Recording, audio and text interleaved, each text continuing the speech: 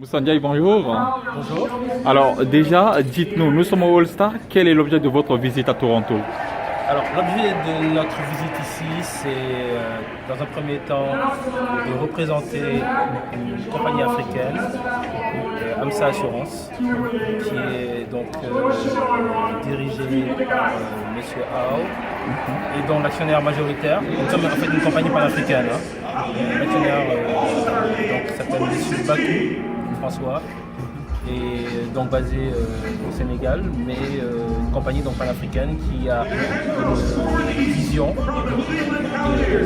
de participer en tout cas au développement de l'Afrique par le sport et d'assumer réellement sa responsabilité sociétale d'entreprise. Donc en accompagnant la jeunesse comme la NBA se propose de le faire, particulièrement par NBA Africa.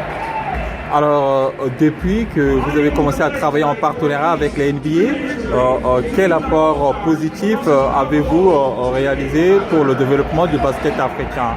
Alors, l'avantage que nous avons eu de travailler avec NBA Africa, c'est déjà de participer au financement d'un camp qui s'appelle SID Academy et qui est basé dans une ville qui s'appelle Thiès, donc au Sénégal, et qui encadre à peu près 3000 jeunes en sport-études. Donc nous participons donc, au financement de ce programme-là, qui s'appelle Live, Learn and Play. Et donc AMSA Assurance est quand même une des premières compagnies à avoir fait cela. Non seulement à avoir fait le co-branding avec NBA, mais à avoir aussi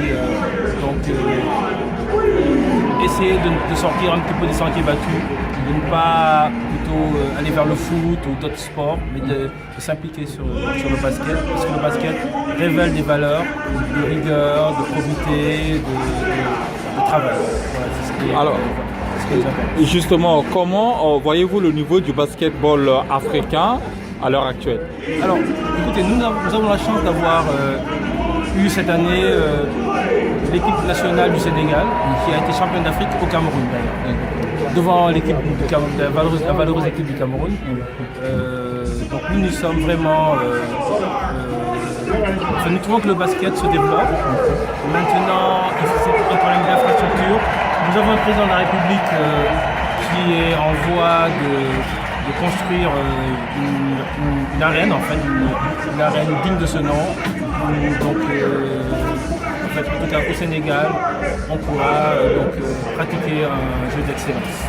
Voilà, notre président, M. Macky Sall, son excellence Macky Sall, est dans cette optique-là aussi.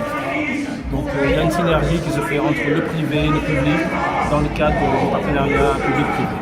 Alors bientôt va avoir lieu ce qu'on appelle le tournoi qualificatif olympique. Oui. Le Sénégal va y participer, la Tunisie également, et sans oublier l'Angola. Oui. Quel pays pensez-vous serait capable d'imiter le Nigeria, qui l'a fait en 2012? Écoutez, je pense que, sans vouloir être chauvin, je pense que le Sénégal a prouvé le championnat du monde dernier en battant la Croatie. Donc c'est quand même une des 3-4 meilleures équipes européennes, voire mondiales.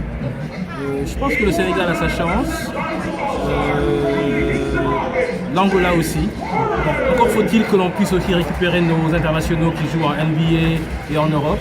Et là aussi, il y a des problèmes d'assurance qui se posent. Et je crois que aussi, dans ce cadre-là, AMSA, parce que les clubs demandent des assurances qui sont assez élevées pour libérer leurs joueurs. Donc nous, on intervient aussi à ce niveau-là pour assurer non seulement l'équipe, mais aussi les internationaux qui sont donc aussi bien en NBA que dans les championnats européens. Justement, vous qui êtes expert en assurance par rapport à ces joueurs qui évoluent en NBA ou un peu partout dans des grandes ligues européennes, est-ce que cela relève aux joueurs d'assumer leur assurance, ou bien c'est la fédération ou c'est leur club?